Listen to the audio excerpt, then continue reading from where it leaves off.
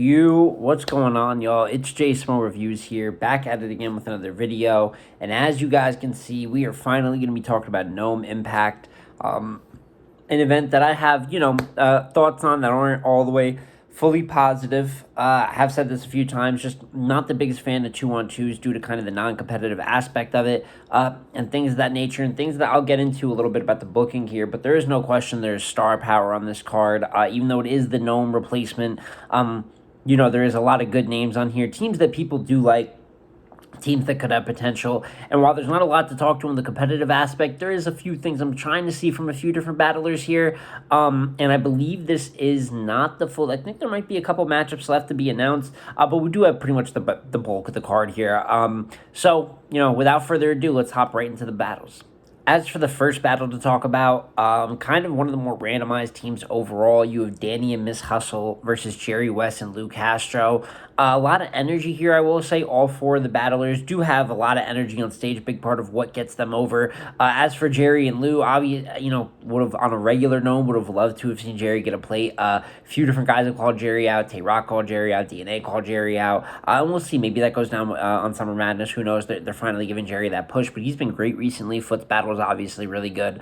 And then before that, he bodied Lou, so I'm sure they'll have some funny segment about how, Jerry beating Lou. And Lou has been for...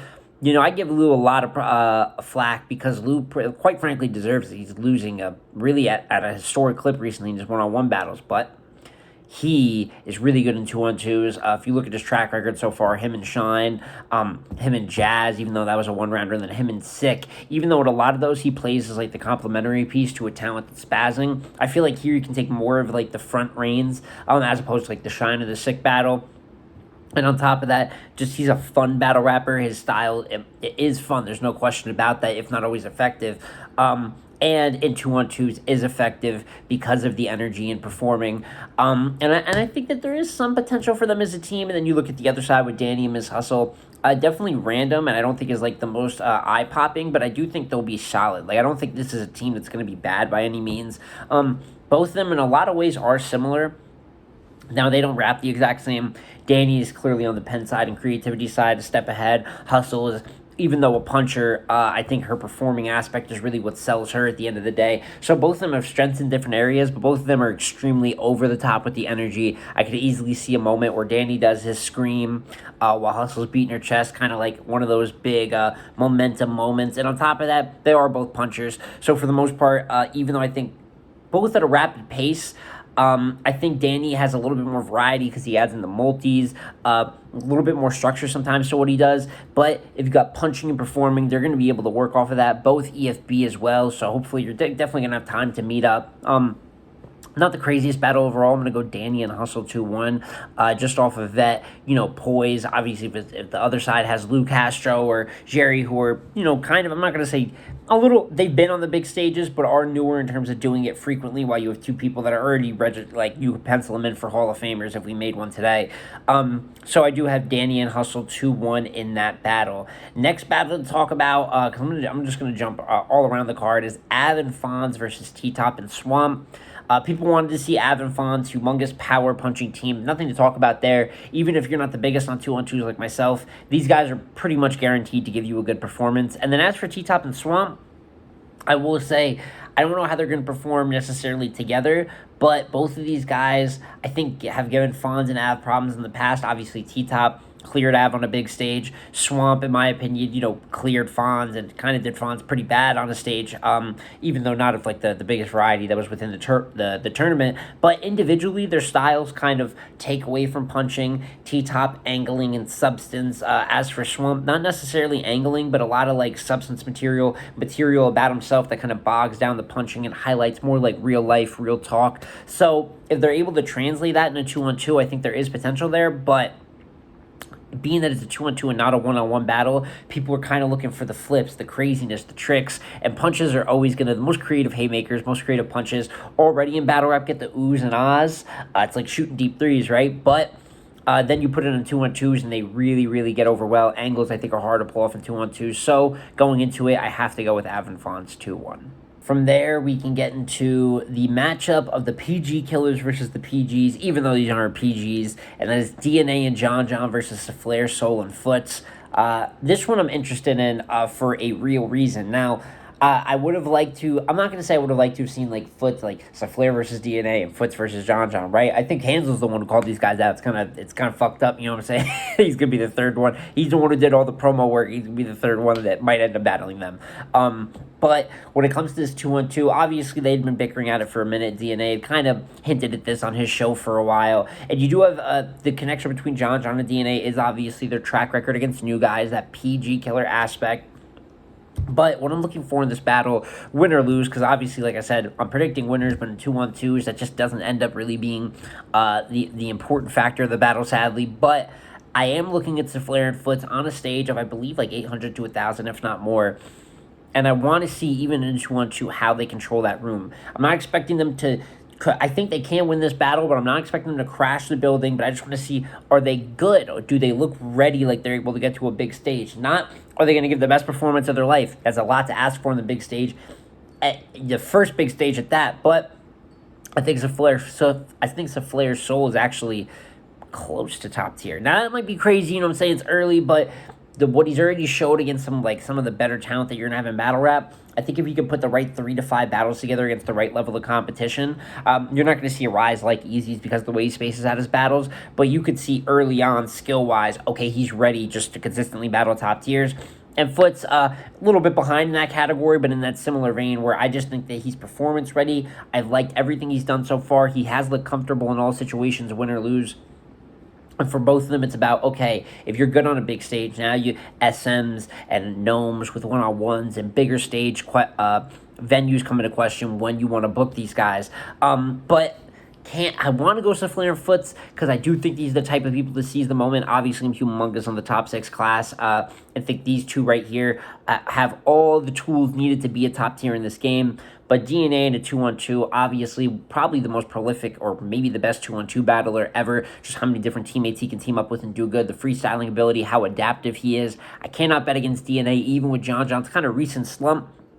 And John John battling in Atlanta. So it's a lot of things on the John John side that worry me, but he is a good battler in his own right, and with the help of DNA, I think these guys can get it on track. So Flair and Foots, I think really, really, really can win this battle. I'm calling it close, but I am going off of the strength of DNA in 2-on-2s, DNA and John John, 2-1 edge. From there, we get into Hollow and Calico versus Suge and O-Red. This battle does not make any sense. It does not make any sense for anyone involved. There is the star power name here. I understand why it's booked. You get Hollow and Cal. That's selling tickets right there, right? Then Suge was going to be on there anyways versus Hustle. We know Cal kind of dubbed that because he doesn't want to battle a female. Blase, all technicals. So you have to get a sub. Why do you choose O-Red? Now, do I think O-Red is just some trash battler? No, a former champion of the year, one of the best pens in battle rap history, a great battler. And at this point in his career, even though he's a little long in the tooth, not the O-Red that we know from his prime, still a good O-Red. I still think he's solid, right? What he's done with last year versus None, active. He lost to Fonz recently, in my opinion, but he's kind of this like gatekeeper role, but not all the way. It's not like a Big T type of situation, right? But he has historically never performed great on big stages. He's lost his voice in a room of damn near, I think, around 100 people versus Fonz, and now you put him in front of a gigantic stage. It just does not make any sense. This man is a flight risk, voice-wise, health-wise, to get through the entire battle. And I am understanding the Jersey connection, right? Show Go Red, we're putting on for Jersey, but it's just tough. And then on top of that, Hollow versus Suge was a battle I thought we saw kind of possibly getting booked around SM time. Even though it's a battle, it's never going to happen either way. Red's been calling out Hollow forever, so I guess in a way it'll be cool. We probably were never going to get that one-on-one, so you get that. But I think you lose out on Hollow and Suge. I know people like to say, oh, the 2-on-2 can set up the one-on-one. I need somebody tell me when that happened. That never, ever happens damn near. It's like when people say, oh, the one-rounder can set up the 3-rounder. These things just never happen. We keep saying they could happen, but so probably losing that battle to this. As for Hollow and Cal, I just don't know about the unorthodox styles kind of going together. Neither of them are really punch like that. Cal to really a great, like him not being a puncher by any means or kind of in that vein of style. We don't know Cal. People call it filler rap, but it's a lot of real talk. It's a lot based on pure rhyming ability. And I think Cal is amazing at that. I actually think it's great that he does that. I've always been one of those people that's a super fan of his style. Calico's one of my favorite battle rappers. But when you combine that with Hollow, who's also kind of has like a jab style, not a lot of like haymaker punches either, in a 2-on-2, it's all about how things mesh as well. And if you have two guys that kind of jab or based purely on the pure rap, I just don't know how that might do against explosiveness, right? Suge is kind of more on the explosive side, but I don't know what Red's going to do on that stage. This battle is a humongous question mark. I would love it if it's fire. It's 4 Hall of Famers in the battle, right? It would be cool if it was good, but between O-Red on a stage, the pace that Hollow and Cal may rap at, I'm very nervous about this one. Hollow and Cal 2-1, but I don't know. We might get 2-1 or 3-0. You know what I'm saying? But that is the first 4. Then you get into the main event of this card. And this main event is, I mean, it's pretty star-studded. You get New Jersey Twerk and Rum Nitty versus Tay Rock and Geechee Gotti. Even as someone, once again, who doesn't like 2-on-2s, I mean, this right here is pretty gold. Seeing New Jersey Twerk and Rum Nitty on the same team could be all-time levels of creativity in battle rap. And even if it's not in the most competitive sense, you just got to be excited for that, to see what these guys can possibly write down and rap together, just because of how respected their writing process and their minds are in battle rap. I think Rock and Geechee have a good chance at beating them, purely because they are great Hall of Fame battle rappers. We're looking at super, super talent across this battle all the way around. That's why it's the main event. But I will say, I don't know, Rock being a pure puncher, Geechee being on the angling side, they are on farther ends of the spectrum. If they're able to kind of meet that in the middle, where you're able to get the best of both, the real talk and angling, plus just Rock straight up aggression and punching, I think that there is potential there to have a team that is competitive enough to beat Twerk and Nitty. But I think a lot of things have to come together. When you look at their side, it just looks like there's harder styles to mesh together, as opposed to Twerk and Nitty. In a lot of ways, they're opposite sides of the same coin. Power punchers with this extremely creative and like violent lead up to their delivery. And on top of that, both of them have added rhyme pockets, I feel like, in the last year. You have Twerk adding it this year, and Nitty emphasizing it last year. It's funny, just it's like a hive mind in a way, and I can't bet against that. These guys could potentially write some of the best material, if not the best material that we've heard this year in battle rap. So for that, definitely the most exciting part of the card, the part that even I'm excited for, I got to admit, and I'm going with New Jersey Twerk and Rum Nitty 2-1, maybe 3-0, in possibly the best battle of the night at that. So it's on Battle of the Night Watch, Performance of the Night Watch, and overall is a very star-studded and interesting main event for the NOME Impact card.